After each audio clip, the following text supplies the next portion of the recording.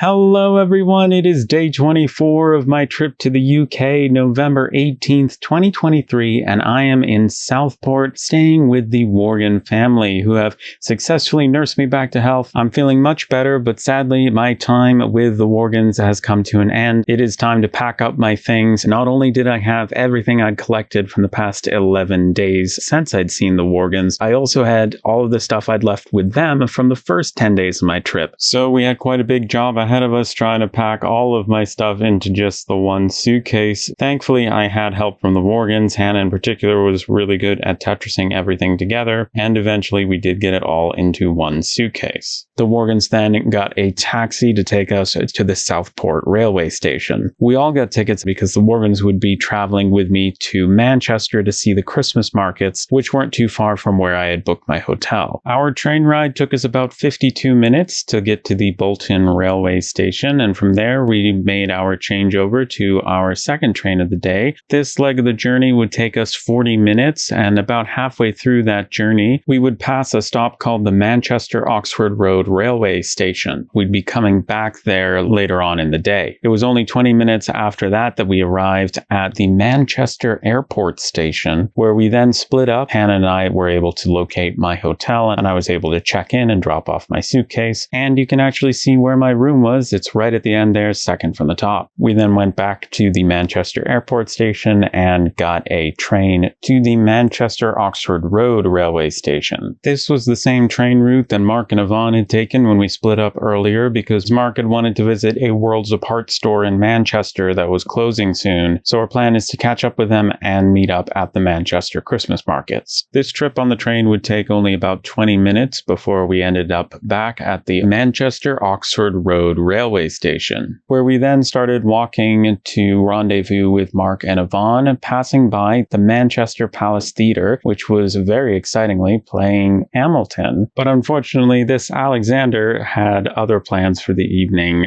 We moved on, walking to St. Peter's Square, where there was a big Santa Claus lit up on top of a giant Christmas present, and the Christmas decorations in the top there. I also had to film a shot of a beautiful Christmas decoration that was on the exterior of a restaurant that turned out to be Lucky Cat by Gordon Ramsay. It was a giant giraffe with Christmas ornaments and presents. We were able to use these landmarks to finally meet up with Mark and Yvonne in Albert Square, where we passed by this art display. I was not expecting to see Ghostbusters and Mario and an astronaut doing ballet in the window, but there it was. And the four of us then made our way to the Manchester Christmas markets. It was packed. There were so many other people here to enjoy the Christmas markets as well. There was a series of vendors selling the most incredible food and desserts, Turkish delight, baklava, so many wonderful, tasty looking things to eat. So of course I filmed mainly just the food that was there. It was really fun to explore the Christmas markets with the Worgans. And there was so much chocolate. There was orange chocolate and coffee chocolate, Amaretti chocolate, Bailey's chocolate, raspberry mint chocolate, looks like pistachio chocolate. Oh my gosh. There were mounds and mounds of homemade fudge, which looked absolutely incredible. The whole place had such a beautiful lit up vibe. There were so many vendors selling delicious treats. Oh my gosh, this particular vendor was selling cookie pies, caramel cookie pies, mint Oreo cookie pies, Nutella cookie pies, Kinder Bueno Lotus Biscoff cookie pies, M&M chocolate waffles, Lotus Biscoff Belgian waffles, cinnamon and caramel waffles, Oreo cookie waffles, and chocolates. Oh my gosh. We understandably worked up quite an appetite while exploring the Christmas markets, so the Worgans treated me to some pizza at a local Pizza Hut restaurant, which was just down the road. I didn't get any photos of the lovely pizza that the Worgans treated me to, but I did get some photos of the ice cream that I had for dessert with M&Ms, and also some ginger ale that I had as well. I cannot thank the Worgans enough for not only giving me a place to stay, but taking me to so many amazing Doctor Who filming locations and shops to buy Doctor Who merchandise, for feeding me and taking care of me when I was sick, and for just giving me the most incredible time while I was staying with them. them. I'm just so grateful to all of them for contributing to this adventure of a lifetime. As much as I didn't want this time to end, we did have to leave the Pizza Hut and make our way to the Manchester Arndale Shopping Centre, which I'd been to on day 3 of this trip. They had the most beautiful decorations up of lit up sleighs and reindeer hung from the ceiling with care throughout the shopping center, and it felt very full circle, Doctor Who pun intended, to be back here to a place I'd been at the very beginning of my trip, now at the very end of my trip. And then we walked to Manchester Piccadilly Station, where I had been on the first, second, and third days of my trip. So again, adding to this feeling of coming full circle. And there was a lovely pianist playing music and somebody else dancing to the music, but we couldn't hang around because I barely caught the train. In fact, I couldn't give a proper goodbye to the Worgans because we were just running to get me onto the train. I had to hop on and doors closed just like that. And I was left there waving at them on the train, riding back to Manchester Airport Station, where I then walked to the Ibis Budget Manchester Airport Hotel where I was staying.